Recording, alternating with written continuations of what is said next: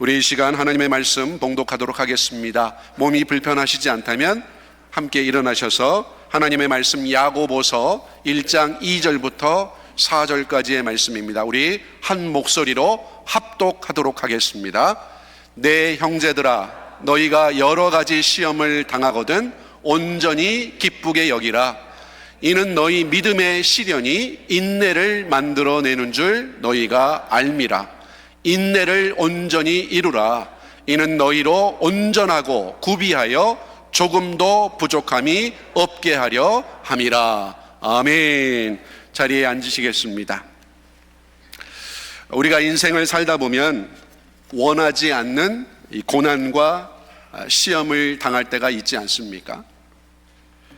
특별히 육신의 질병으로 인해서 정말 힘들게 살아가는 사람들이 있습니다. 제가 아는 분은 일주일에 3번씩 병원에 가서 투석을 하시는 분이 계세요. 그런데 투석을 받을 때마다 병원에서 4-5시간씩 누워 있어야 하고 활동도 전혀 하지 못하고 음식도 제대로 먹지 못하고 그렇게 힘들게 살아가는 분이 계십니다. 또 주변에 이 암 때문에 고통받는 분들이 얼마나 많습니까? 그렇게 우리에게는 육체적인 시험과 고난이 있습니다. 또 정신적으로 우울증을 앓는 분들 또 의외로 많아요. 또 불면증, 또 감정의 기복이 심한 분들, 또 대인기피증, 분노 조절 장애, 어르신들 가운데요, 이 분노가, 이 화가 조절이 안 되는 분들이 꽤 계십니다. 그런가 하면 또 재정적인 시험이 있지요. 저도 이 재정적인 시험 많이 겪어봤습니다. 그래도 이 재정적인 스트레스는 그나마 좀 나은 편이에요. 돈이 생기면 해결되니까. 또 우리에게 관계적인 시험이 있습니다. 관계적인 시험. 여러분, 이 관계적인 시험 참으로 어렵지요. 형제 자매 간의 문제, 시부모와의 문제, 처가와의 문제, 직장에서 보스와 임플로이와의 관계, 또 교회에서는 목사와 장로, 또 성도들 간의 관계, 이 관계적인 시험이 너무나 어려워요. 저도 이 관계적인 시험이 어려웠습니다. 힘들었어요. 자, 그러나 우리가 살다 보면 이런 여러 가지 시험과 고난이 누구에게나 찾아온다는 것입니다. 그 누구에게도 예외가 없다는 거예요. 18세기 감리교 운동을 이끌었던 영국의 조지 윗필드가 이런 말을 했습니다. 우리 한번 같이 읽어볼까요? 하나님은 우리가 깨어서 주의를 기울이라고 우리의 침대 안에 가시를 넣어주셨다. 여러분, 하나님께서요, 우리의 그 편안한 그 침대 안에 뭘 넣어주셨다고요? 가시를 넣어주었다는 거예요. 우리를 깨워주시기 위해서 우리의 시선을 하나님께로 향하도록 편안한 그 침대 안에다가 이 가시를 하나님께서 넣어주셨다는 거예요. 그래서 야고보서 1장 2절에 내 형제들아, 너희가 여러 가지 시험을 당하거든 그랬어요. 우리 인생에 만약이 아니라 늘 그 누구도 예외 없이 하나님께서 여러 가지 시험을 만나게 하셨다는 거예요. 그런데 그 시험에도요, 여러분, 3가지 종류가 있습니다. 우리가 그것을 흔히 3T라고 그래요. 자, 첫 번째는 시련입니다. 영어로 trials. 이 시련이라는 것은요, 주로 외부로부터 오는 삶의 역경과 고난을 말하는 거예요. 두 번째는 유혹입니다. temptation. 유혹이라는 것은요, 주로 내부로부터 오는 시험을 말하는 거예요. 마귀가 우리 내부의 욕심을 자극하는 것이지요. 그래서 마귀가 우리의 믿음을 파괴시키기 위해서 사용하는 것이 바로 이 유혹입니다. 세 번째는요, 테스트예요. 테스트. 테스트는 성도들의 믿음을 입증하고 또 그것을 인정하는 수단이자 도구입니다. 그래서 오늘 야고보서 1장 3절에 너희 믿음의 시련이 인내를 만들어내는 줄 너희가 알미라 했을 때, 여기서 믿음의 시련, 이게 바로 테스트예요. 테스트. 그렇게 하나님께서 우리의 믿음을 시험코자 우리를 테스트하신다는 거예요. 그렇다면 하나님이 주시는 그 테스트, 하나님이 주시는 그 시련의 테스트를 우리가 잘 통과해야 되지 않습니까? 왜냐하면 하나님께서는 우리의 그 시련을 통해서, 우리가 겪는 그 고난과 역경을 통해서 저와 여러분을 하나님의 온전한 사람으로 빚어 가시기 때문이지요.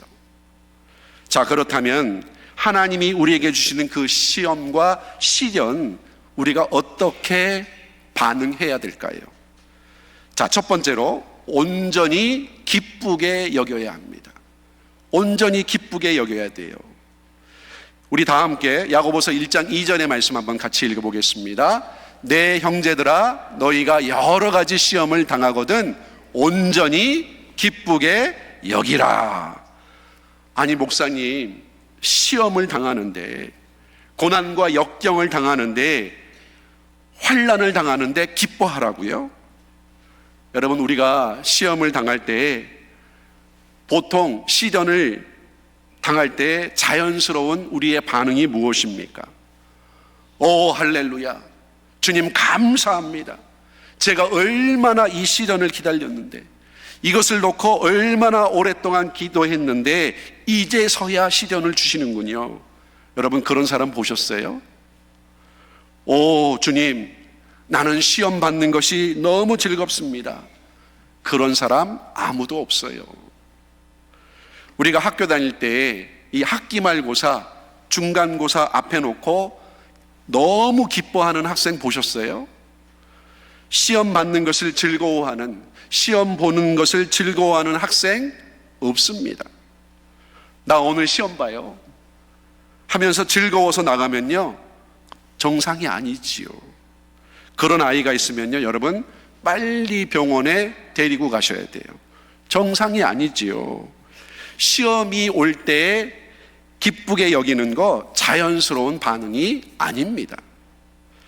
분명 우리는요, 시험을 만나게 되면 근심하게 되어 있어요. 그것이 정상입니다.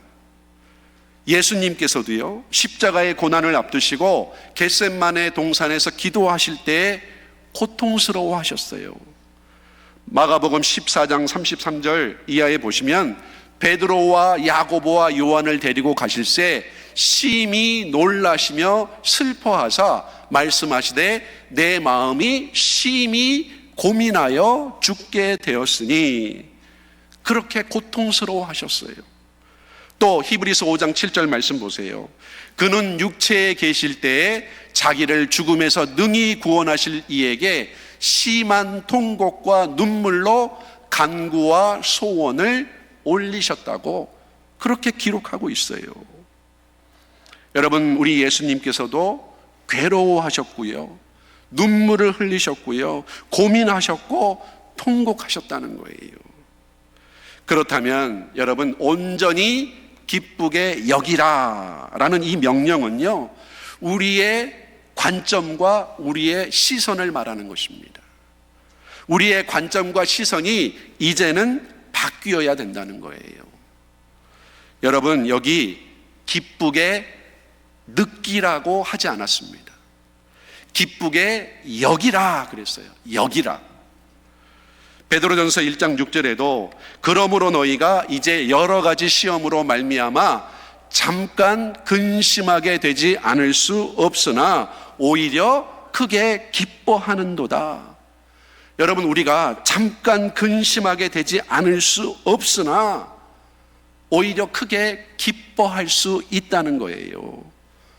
또 베드로전서 1장 6절에 4장 13절에 보시면 불시험 가운데서도 그리스도의 고난에 참여하는 것으로 즐거워하라 이렇게 말씀하고 있어요. 여러분, 즐거워하라 그랬지, 여러분 잘 보세요. 기쁘다는 것이 아니에요. 즐겁다는 것이 아닙니다. 아니, 누가 고난을 당하고 시험을 당하는데 기뻐하고 즐거워할 수 있겠어요?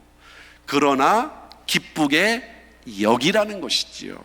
즐겁게 여기라는 거예요. 그래서 하나님, 제 머리로는 도저히 이해할 수 없습니다. 제 입술에 불평만 나옵니다. 그러나 하나님의 관점으로, 하나님의 시선으로 볼 수 있게 도와주세요. 이런 고백이지요. 하나님께서 나에게 최고의 유익을 주시기 위해서 시험을 주시는 것이고, 오직 나를 위해서 계획된 시험인 것을 내가 믿음의 눈으로 바라볼 때에 그 시험을 기쁘게 여길 수 있게 되는 것이지요. 그래서 여러분, 기쁘게 여기라라는 것은요, 우리가 의지적으로 선택해야 하는 겁니다. 선택해야 돼요. 우리가 똑같은 상황 속이라 할지라도 원망과 불평을 할 수 있습니다. 주저앉을 수도 있어요. 그러나 또한 기쁨도 누릴 수 있습니다. 상황은 똑같아요. 유대인으로서 이 나치 독일의 히틀러의 핍박 가운데 아우슈비츠 수용소에서 고통을 받았던 이 빅터 프랭클의 죽음의 수용소라는 책이 있습니다. 죽음의 수용소. 여러분, 그 책에 보시면요, 나치의 고문을 받아서 이 강제 수용소에서 말할 수 없는 그 고통을 당하면서 삶을 포기하고 죽어나간 사람들이 너무나 많았다는 거예요. 그런데 자신은 그 참혹한 고통을 당하면서도 한결같이 마음의 평정을 유지할 수 있었다는 거예요. 자, 그런데 그것이 뭐냐면, 여러분, 나는 나의 고난이 장차 나의 삶에 어떤 유익을 가져올 것인가를 줄기차게 묵상했습니다. 이렇게 그가 고백하고 있어요. 나는 나의 고난이 장차 나의 삶에 어떤 유익을 가져올 것인가를 줄기차게 묵상했다는 거예요.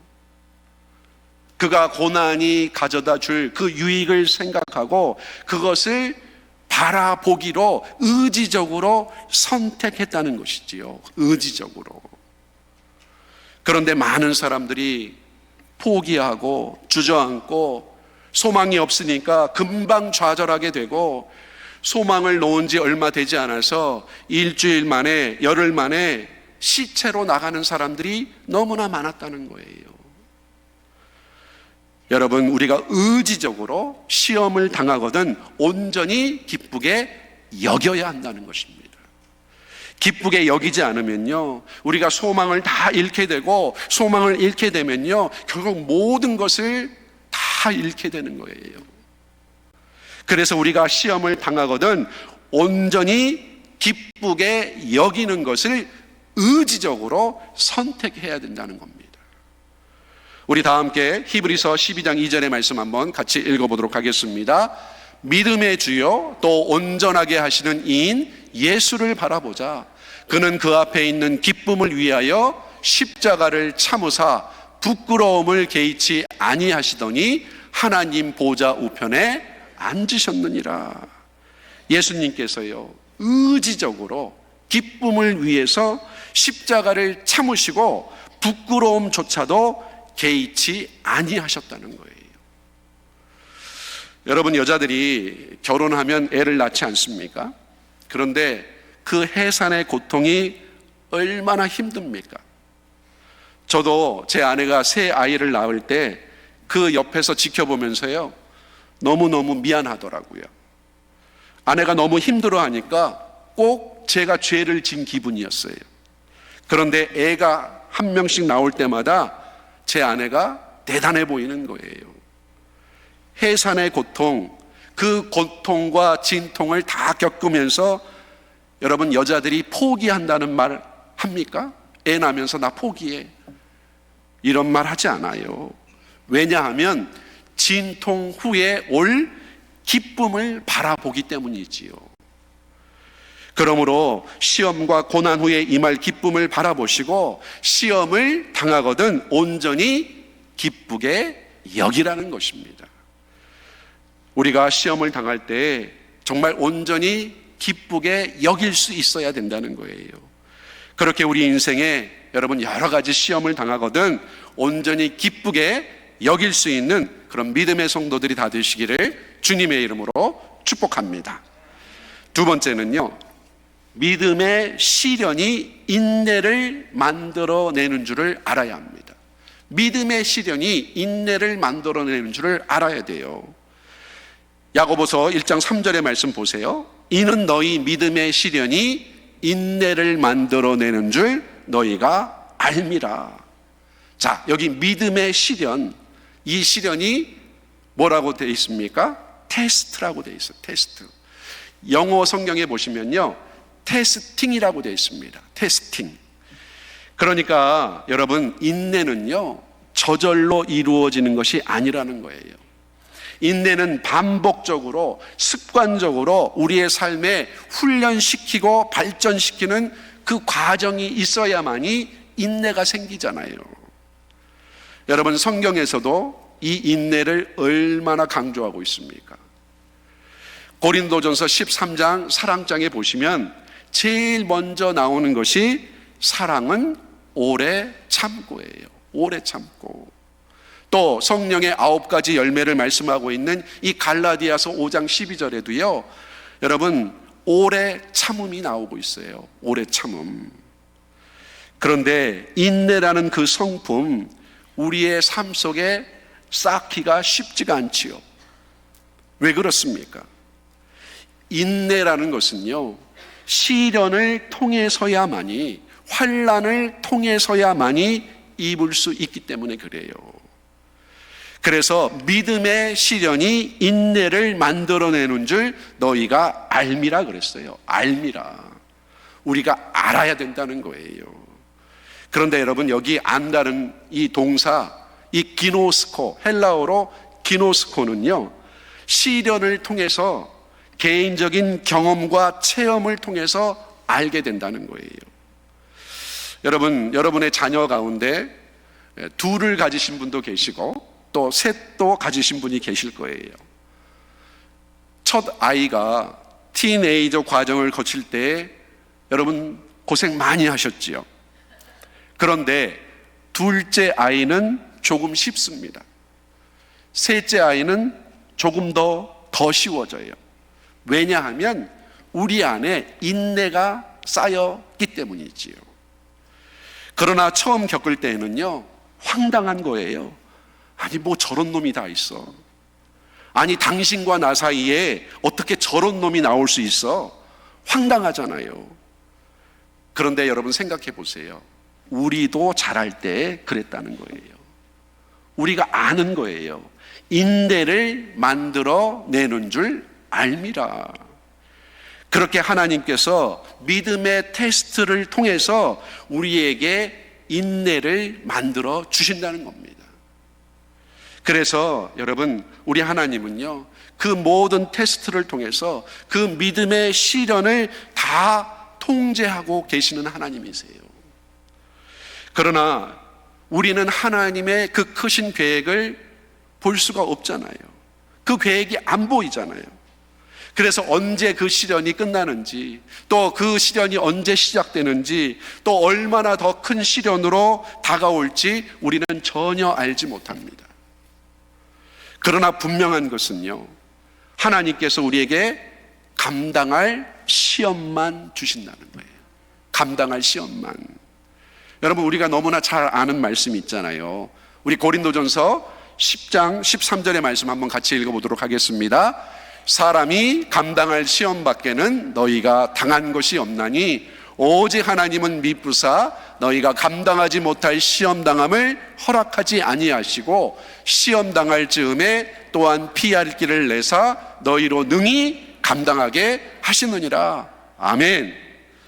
여러분, 하나님께서요 우리를 향한 마스터 플랜을 가지시고 우리가 감당할 시험만 허락하신다는 거예요. 여러분, 이게 얼마나 감사한 일입니까? 우리 하나님께서는요 우리를 향하신 큰 그림을 가지시고 큰 계획을 가지시고 그 모든 시험들 다 통제하고 계신다는 거예요. 여러분, 조각가가 이 조각 작품 만드는 거 보셨어요? 조각가가 이 작품을 아주 혹독하게 치지 않습니까? 망치로 끌로 쳐 내려갈 때요, 막 깎여 내려가는 것을 보잖아요. 그러나 조각가는 큰 그림을 가지고 어디를 깎아내야 되는지 다 아는 것이지요. 깎임을 당하는 쪽은 너무나 아프지만요, 이 조각가는요 이미 머리에 그 그림이 다 있어요. 어디를 깎고 어디를 좀 날카롭게 해야 하는지, 어디를 좀 부드럽게 하고 어디를 좀 둥그렇게 깎아야 하는지 다 알고 있습니다. 그러나 우리가 하나님의 전체적인 계획을 모를 때에는 우리가 아파하고 실망하고 원망하고 불평하고 하나님께 따질 수 있는 거예요. 그러나 여러분, 우리가 하나님의 그 마스터 플랜을 알고 이제 하나님께서 모든 것을 주권적으로 통제하신다는 그 사실을 알게 될 때 우리는 불평하지 않고 원망하지 않고 하나님의 관점으로, 하나님의 시선으로 이제 기뻐할 수 있게 된다는 것이지요. 그렇게 시련을 통해서 하나님께서는 우리 인생에서 가장 필요한 인내를 만들어 주신다는 것을 알게 될 때 우리는 참고 견딜 수가 있는 것입니다. 그러나 한번 생각해 보세요. 시험 당할 때 우리가 그것을 깨닫고 있습니까? 깨닫지 못해요. 너무나 힘들어서 하나님, 어떻게 이렇게 잔인할 정도로 이러실 수 있으세요? 왜 하필이면 접니까?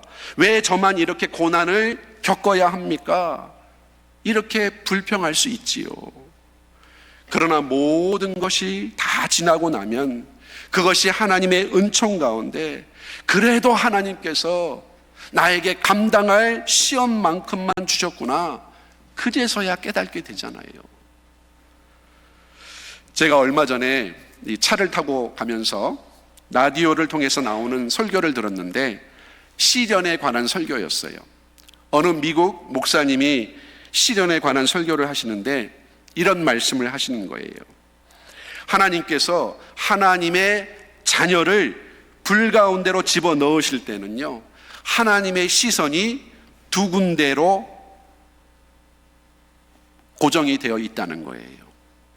하나님의 한 눈은요, 이 시계를 보고 계시고 하나님의 한쪽 다른 눈은 온도계를 보고 계신다는 거예요. 시계를 보시면서 그 시련이, 그 뜨거움이 너무 오래 가지 않게끔 시계를 보고 계시고, 한쪽으로는 온도를 보시면서 그 뜨거움이 너무 뜨겁지 않게끔 온도계를 바라보고 계신다는 거예요. 하나님께서 우리가 당하는 시련 가운데 함께 하시고 그 시련의 길이도 조절하시고 그 온도의 그 높이도 조정하고 계신다는 그 말씀을 들었을 때요, 정말 굉장히 은혜를 받았습니다.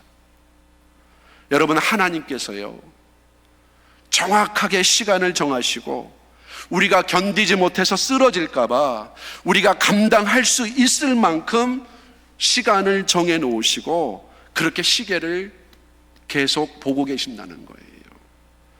또 온도가 너무나 뜨거워서 우리가 다 타지 않도록, 또 너무 뜨거워서 우리가 포기할까 봐 그 온도계를 계속해서 보고 계신다는 거예요.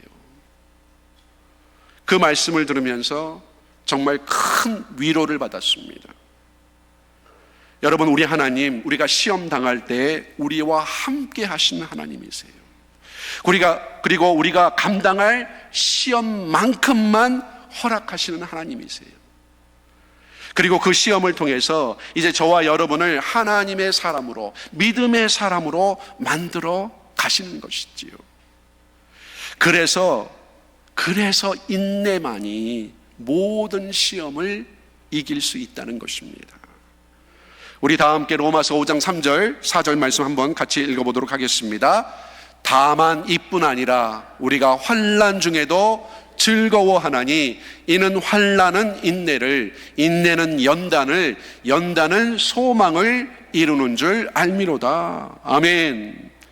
여러분, 믿음의 시련이 인내를 만들어내는 줄 알고, 여러분 이제 어떠한 시험 속에서라도 설사 죽을 것 같다 할지라도 여러분 결코 포기하지 마시고 끝까지 인내하시는 그런 저와 여러분 모두가 되시기를 주님의 이름으로 축복합니다.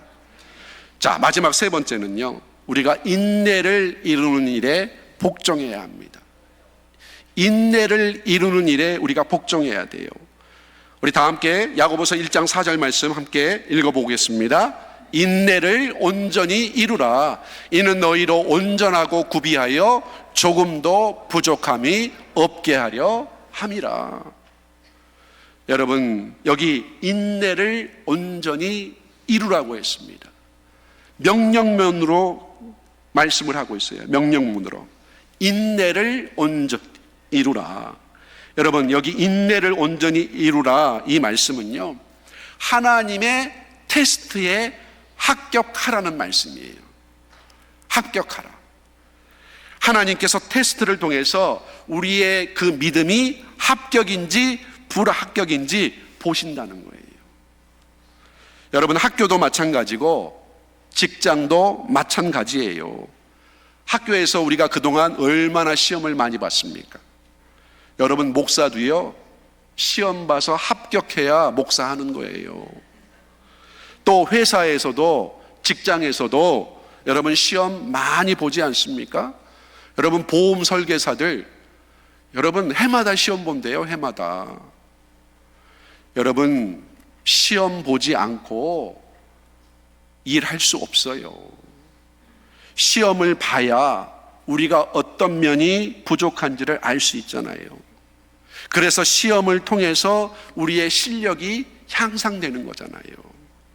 그래서 인내를 온전히 이루기 위해서는요, 우리가 하나님의 그 시험에, 그 테스트에 반드시 합격해야 된다는 겁니다. 그런데 여러분, 인내를 온전히 이루는 일에는요, 낙제가 없다는 거예요. 낙제. 하나님이 주시는 그 시험은요, 합격하지 않으면 끝이 나지 않아요. 합격할 때까지 하나님께서 시험을 주세요. 무조건 합격해야만이 다음 단계로 넘어갈 수가 있어요. 그런데 우리 하나님은요, 우리가 합격할 수 있도록 우리를 격려하시고 어떻게든 다음 단계로 넘어갈 수 있도록 우리의 실력을 향상시키시기 위해서 우리를 도와주신다는 거예요. 우리 다 함께 욥기 23장 10절의 말씀 같이 읽어보겠습니다. 그러나 내가 가는 길을 그가 아시나니 그가 나를 단련하신 후에는 내가 순금같이 나오리라. 이 말씀 너무나 잘 아는 말씀이잖아요. 한국에 조정민 목사님이라는 분이 계세요. 한국의 MBC 방송국의 사장을 역임하셨다가 늦깎이로 은퇴하시고 목사님이 되신 분이신데, 이 조정민 목사님이 이런 말씀을 하셨어요. 여기 보세요. 14번 두들겨 맞으면 14K가 되고 18번 두들겨 맞으면 18K가 되고 24번 두들겨 맞으면 순금이 됩니다. 고난은 정금이 되는 지름길입니다.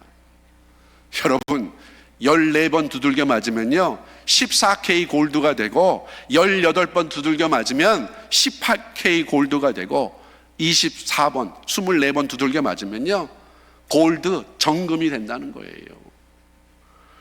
여러분, 정말 기가 막힌 명언 아닙니까? 고난이 선물이다 라는 그 책에 나와요. 제가 그 책을 읽으면서요, 야, 이거다 바로. 그래서 제가 크게 동그라미를 쳐놨어요. 여러분, 우리가 인내를 온전히 이루기 위해서는 끝까지 참고 견뎌야 한다는 것입니다. 힘들어도 두려워도 끝까지 참고 견뎌야 한다는 거예요. 여러분, 수술 받아보셨어요? 수술 받는 거 좋아하는 사람 아무도 없을 겁니다. 여러분, 수술 받을 때 이 침대에 누워 있으면요 온갖 메스들, 이 칼과 가위들이 보이잖아요. 무슨 칼이 그렇게 종류가 많은지 모르겠어요. 그거 쳐다보면요 덜컥 겁이 나지요.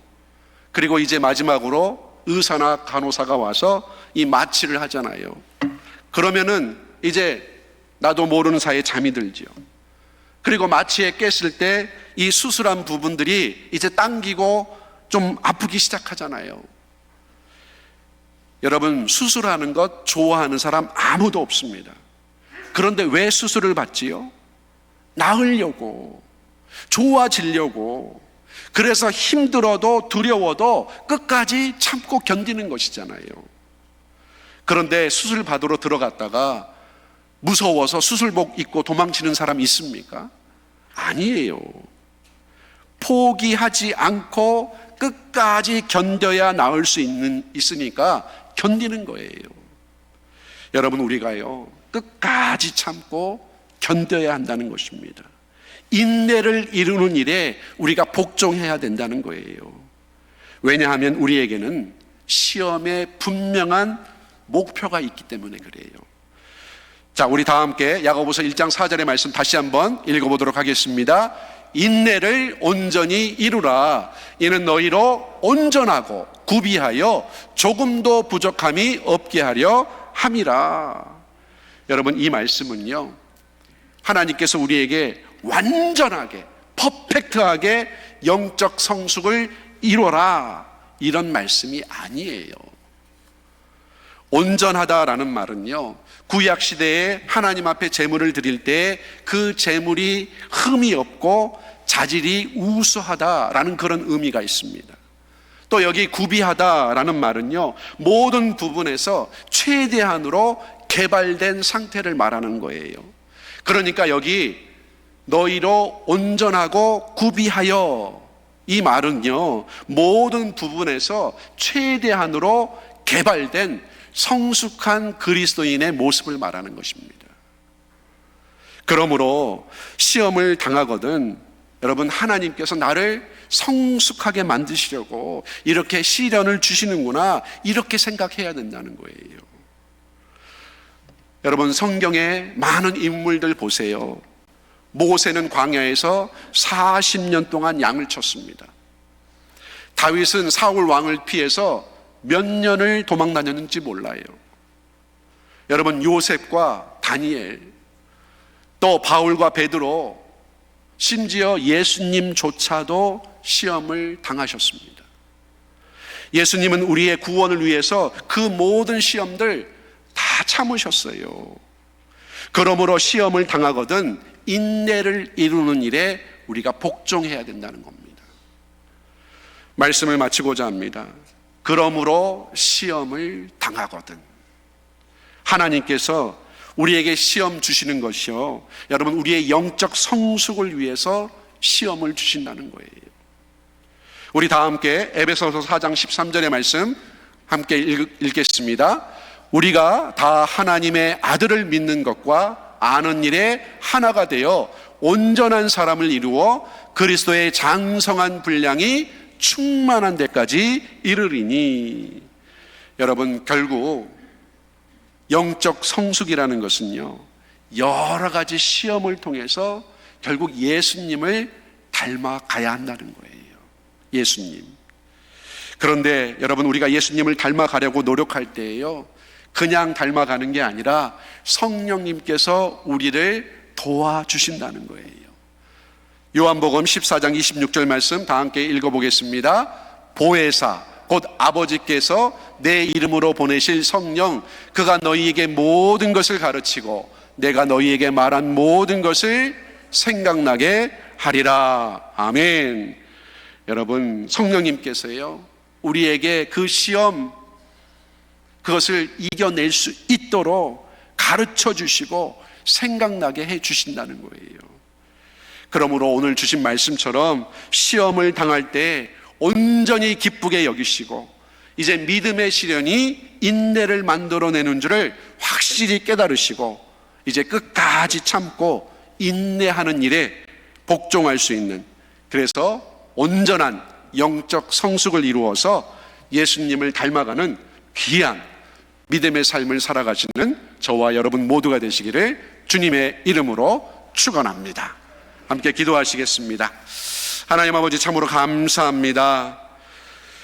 우리에게 오늘 말씀 주신 대로 우리가 시험을 당할 때 그것을 온전히 기쁘게 여기게 하시고, 이제 믿음의 그 시련이 인내를 만들어내는 줄 분명히 깨닫게 하시고, 이제 모든 일에 참고 인내할 수 있는 은혜를 주시기를 소원합니다. 그래서 무엇보다도 하나님의 그 인내, 그리고 예수님을 닮아가는 귀한 믿음의 삶을 통해서 이제 그리스도의 장성한 분량에 충만한 데까지 이룰 수 있도록 우리를 붙들어 주시옵소서.